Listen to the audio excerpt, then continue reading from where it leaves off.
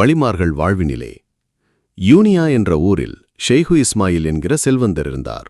அவரிடம் அழகிய பூங்கா ஒன்று இருந்தது. அதை விலைக்கு வாங்கி எண்ணி விலைக்கு கேட்டார் கத்தீபு ஜமாலுதீன் என்கின்றவர். ஒரு தடவை அல்ல, பல தடவைகள் அவர் அந்த பூங்காவை ஷேகு இஸ்மாயில் அவர்களிடம் கேட்க, ஆனால் ஷேகு இஸ்மாயில் அவர்கள் அதைத்தான் விற்பதற்கு இல்லை என்று கூறிவிட்டார்கள். அந்த பூங்காவை நாம் எவ்வாறு வாங்கிவிட வேண்டும் என்று தன்னுடைய ஆன்மீக ஆசானான அந்த பெருந்தகையிடம் சென்று தன்னுடைய வேண்டுகோளை கூறினார்கள். அந்த பெருந்தகை சொன்னார், நானே உன்னுடன் வந்து இஸ்மாயிலிடம் பேசி உமக்கு அந்த பூங்காவை வாங்கித் தருகிறேன் என்று சொன்னார்கள். சரி என்ற அந்த பெருந்தகையும் கத்தீபு ஜமாலுதீன் அவர்கள் இஸ்மாயில் அவர்கள் வீட்டிற்குச் சென்றார்கள். இல்லம் அந்த பெருந்தகையை பார்த்து ஷேகு இஸ்மாயில் அவருக்கு அளவில்லா மகிழ்ச்சியை தந்தது. இருவரையும் மிக்க மகிழ்ச்சியுடன் வரவேற்று உபசரித்த இஸ்மாயில் அவர்கள், பெருந்தகையே, என்னை தேடி வந்த அலுவல் என்ன என்று கேட்டார்கள். பெருந்தகை சொன்னார்கள், உங்களுடைய பூங்காவை விற்பதாக இருந்தால் அதனை எனக்கு தாரும், அதற்கு தகுந்த வேலையை நான் தருகிறேன் என்று கூறினாள். அது கேட்டு முகம் வாடிய இஸ்மாயில் அவர்கள், நான் அதனை பெரிதும் நேசிக்கிறேன், அதை நான் விற்க விரும்பவில்லை என்று கூறினார்கள்.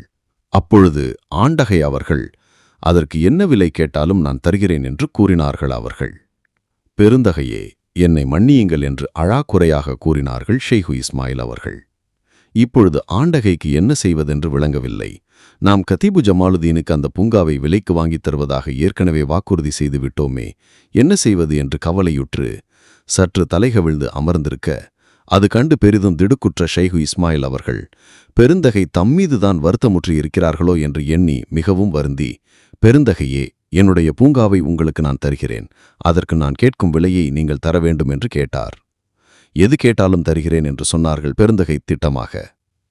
அப்பொழுது இஸ்மாயில் அவர்கள், என்னுடைய பூங்காவிற்கு பிரதியாக சுவன பூங்காவின் நடுவில் அமைந்த ஓர் உயரமான மாளிகை எனக்கு தர வேண்டும் என்று கூறினார்கள். உலகப் பொருளுக்கு பிரதியாக வானத்துப் பொருளை கேட்காதீர்கள், அதற்கு பிரதியாக இங்குள்ள எது வேண்டுமானாலும் கேளுங்கள், தருகிறேன் என்று கூறினார். ஆனால் ஷேகு இஸ்மாயில் அவர்கள் தாம் கேட்டதே வேண்டும் என்று அடம் பிடித்தார்கள். பெருந்தகை அவர்கள் சற்று நேரம் தலைகவிழ்ந்து வீற்றிருந்தார்கள். அதன்பின் தன் தலையை உயர்த்திய பெருந்தகை, அப்போது அவர்களின் உடல் முழுவதும் மஞ்சள் நிறமாக தோற்றமளித்தது. அவர்கள் முகத்தில் ஒரு பிரகாசம் தெரிந்தது. அவர்கள் ஷேகு இஸ்மாயிலை நோக்கி, நல்லது, உன்னுடைய பூங்காவிற்கு பகரமாக சுவன பூங்காவில் நடுவில் அமைந்த ஓர் மாளிகை உமக்கு தரப்படும் என்று கூறினார்கள். அது கேட்டு பெரிதும் மகிழ்ந்த ஷேகு இஸ்மாயில் அவர்கள், அதற்கான கிரைய பத்திரம் எழுதித் தாருங்கள் என்று வினயமாக வேண்டினார். உடனே மையும் தாழையும் கொண்டுவரச் செய்து பின்வருமாறு எழுதினார்கள்.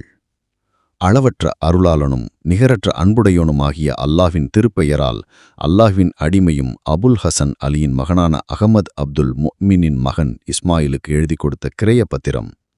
மேலே குறிப்பிட்டுள்ள இஸ்மாயிலுக்கு சொந்தமாக யூனியாவில் இருக்கும் பூங்காவிற்கு பகரமாக அல்லாஹ்வின் பேர் அருளால் கீழே கண்ட சொர்க்கத்து தோட்டத்தை கல்யாணம் பண்ணி கொடுக்கப்பட்டது.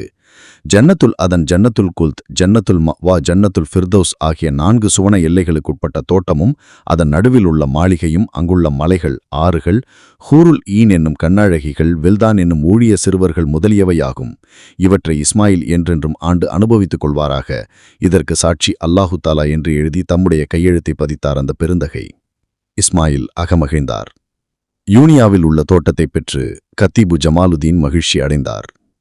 ஆண்டகை அவர்கள் மகிழ்ச்சியுற்று தம் தவசாயை திரும்பினார்கள். ஷேகு இஸ்மாயில் மரணப்படுக்கையில் இருக்கும் பொழுது தம் இல்லத்தாரிடம் கூறினார்கள், நான் மௌத்தாகி அடக்கம் செய்யப்படும் போது அந்த கிரயப்பத்திரத்தை தம்முடன் வைத்து தம்மை நல்லடக்கம் செய்யுமாறு சொன்னார்கள். அவ்வாறே அவர் இறந்ததும் அவருடைய மக்கள் செய்தார்கள். அடுத்த நாள் அவருடைய அடக்கத்துக்கு தலத்தின் மேல் கதுவஜத்னாமா வாதானா ரப்புனா ஹக்கா என்ற திருமறை வசனம் பொறிக்கப்பட்டிருந்ததை மக்கள் கண்டு அவர்கள் கண்களை அவனாலேயே நம்ப முடியவில்லை. உலக பூங்காவிற்கு பகரமாக சுவன பூங்காவையும் பெற்று தந்த அந்த பெருந்தகை மாபெரும் இறைநேசர் ஹஸ்ரத் மஹபூபி சுபஹானி முஹையத்தின் அப்துல் காதிர் ஜீலானி ரஹமத்துல்லாஹி அலைஹி அவர்களின் மருமகர் சுல்தானுல் ஆரிஃபின் சையத் அஹமது கபீர் ரிஃபாயி ரஹமத்துல்லாஹி அலைஹி அன்னவர்கள் ஆவார்கள்.